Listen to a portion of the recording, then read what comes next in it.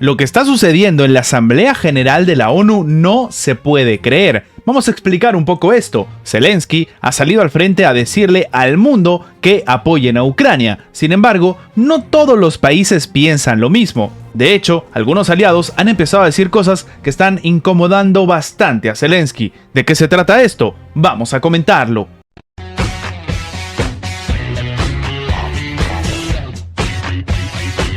El presidente ucraniano Volodymyr Zelensky acusó este martes en la tribuna de la Organización de las Naciones Unidas a Rusia de perpetrar un genocidio y de utilizar los alimentos y la energía como un arma, en un discurso en el que advirtió a los escépticos países en desarrollo de lo mucho que tienen que ganar con una victoria de Kiev. Zelensky ha reiterado una invitación a los líderes mundiales para sumarse a una cumbre para la paz y poner fin a la guerra de agresión. ¿Cuál es el problema de todo esto? Que no es la primera vez que Zelensky hace este tipo de declaraciones, y a diferencia de anteriores reuniones y de situaciones que se viven en la Asamblea General de la ONU, en este caso, algunos países le han respondido de una forma en la que tal vez no estaban de acuerdo dentro de Ucrania. Por ejemplo, uno de los presidentes que ha decidido no apoyar del todo lo que ha dicho Zelensky es el presidente brasileño Luis Ignacio Lula da Silva, quien ha pedido diálogo para resolver el conflicto ucraniano en lugar de seguir enviándole armas, y lo que él mismo dice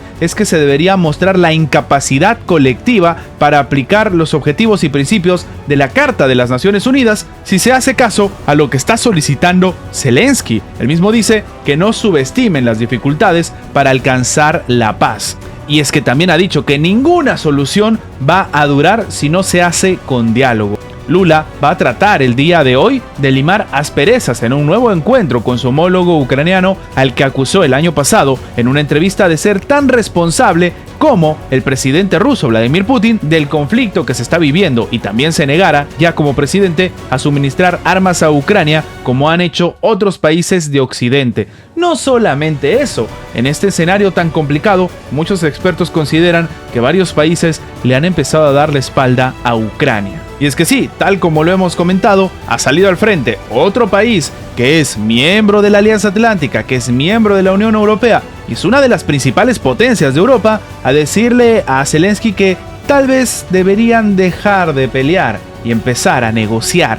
En este caso tenemos que hablar de Alemania, y es que el canciller alemán Olaf Scholz se ha reunido con Zelensky y le ha reiterado un apoyo a una iniciativa de paz, no al conflicto, sino a empezar a negociar. Olaf Scholz ha subrayado que el gobierno federal apoya esta iniciativa para una paz justa y duradera en consonancia con los principios de la Carta de las Naciones Unidas. Y sí, el canciller alemán entonces se reunió este día miércoles al margen de la Asamblea General de las Naciones Unidas con el presidente ucraniano Volodymyr Zelensky y está reiterando el apoyo a una iniciativa de paz. El problema de todo esto es que Ucrania ha comentado esto, lo hemos dicho hace un momento, que están buscando una iniciativa de paz, pero la iniciativa de paz sería después de ganar el conflicto. Pues aparentemente en Alemania no han entendido el mensaje de Zelensky, o básicamente están buscando que se dé una iniciativa de paz y ya se termine de una vez el conflicto, sin tener ningún vencedor, por así decirlo. Scholz ha subrayado que el gobierno federal está entonces apoyando esta nueva iniciativa por parte de Ucrania para una paz justa y duradera en consonancia, como hemos comentado, con la Carta de las Naciones Unidas. Y esto es algo que también ha dicho Luis Ignacio Lula da Silva, según ha informado el portavoz de la Cancillería alemana Steffen Heybrecht en un comunicado. Lo que se está buscando entonces en Alemania es que el conflicto termine con una negociación. Y sí, el canciller y el presidente ucraniano instaron asimismo a la reanudación del acuerdo del grano bajo la égida de las Naciones Unidas, que contribuye a mejorar la situación alimentaria global, algo que evidentemente Rusia no quiere hacer. Durante el encuentro, que duró aproximadamente media hora, los dos abordaron la situación política, militar y humanitaria en Ucrania, y Scholz prometió más apoyo, en particular para garantizar el abastecimiento de la población ucraniana en el próximo invierno. Es decir, ya no enviar armas del todo, sino ayuda humanitaria. Según la Cancillería, Zelensky, por su parte, agradeció a Scholz el tema de la ayuda militar recibida, en concreto en el ámbito de la artillería y de las defensas aéreas. Scholz ha anunciado además la próxima conferencia para la reconstrucción de Ucrania que, según indicó, se celebrará en Berlín el 11 de junio del 2024. Pero todavía no ha terminado el conflicto y ya se está hablando de nuevo de reestructuraciones o de reconstrucciones. Lo que más llama la atención es que en ningún momento el propio Olaf Scholz ha comentado el próximo envío de ayudas militares a Ucrania. Servicios especiales de Ucrania estarían detrás de ataques a las fuerzas que apoya el grupo Wagner en Sudán.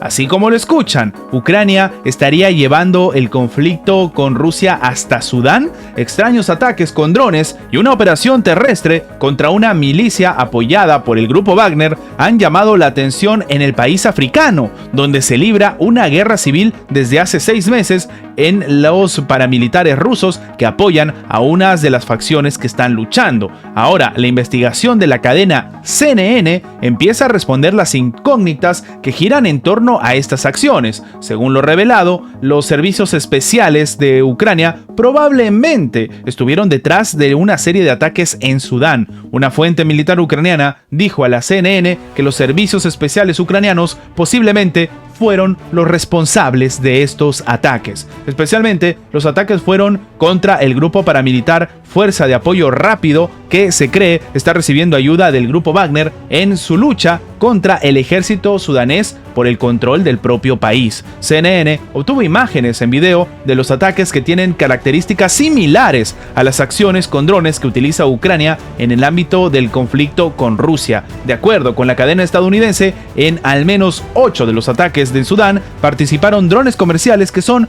bastante utilizados por los ucranianos, con texto en ucraniano con el control del propio dron. Ahora, los expertos consultados por CNN señalaron que las tácticas empleadas, es decir, el patrón de los drones que se abalanzan directamente sobre su objetivo, era muy poco habitual en Sudán y en el resto de África. En resumen, el conflicto entre estos dos países está llegando a otras partes del mundo. El presidente estadounidense Joe Biden acaba de tener una reunión con el primer ministro de Israel, Benjamín Netanyahu, pero para hacer declaraciones que llaman la atención y que estaría demostrando que Estados Unidos se está quedando sin su verdadera zona de influencia en Oriente Medio. Y sí, lo que básicamente se ha comentado entre estas dos autoridades es que, oye, debería darse un acuerdo de paz histórico con Arabia Saudita. Así como lo escuchan, el país que ha decidido dejar de producir, en este caso, barriles de petróleo y que está generando un dolor de cabeza para Estados Unidos, ahora sería el objetivo de diálogos de paz en este caso. Biden ha dicho que ambos tuvieron conversaciones sinceras y constructivas en Nueva York en los primeros intercambios desde que el primer ministro israelí fue reelegido. Y sí, se están reuniendo entonces para conversar cómo serían los lazos de Israel con Arabia Saudita a pesar de las preocupaciones de Estados Unidos sobre el estado de la democracia en el propio Israel. Biden dijo que ambos tuvieron una conversación sincera y constructiva en Nueva York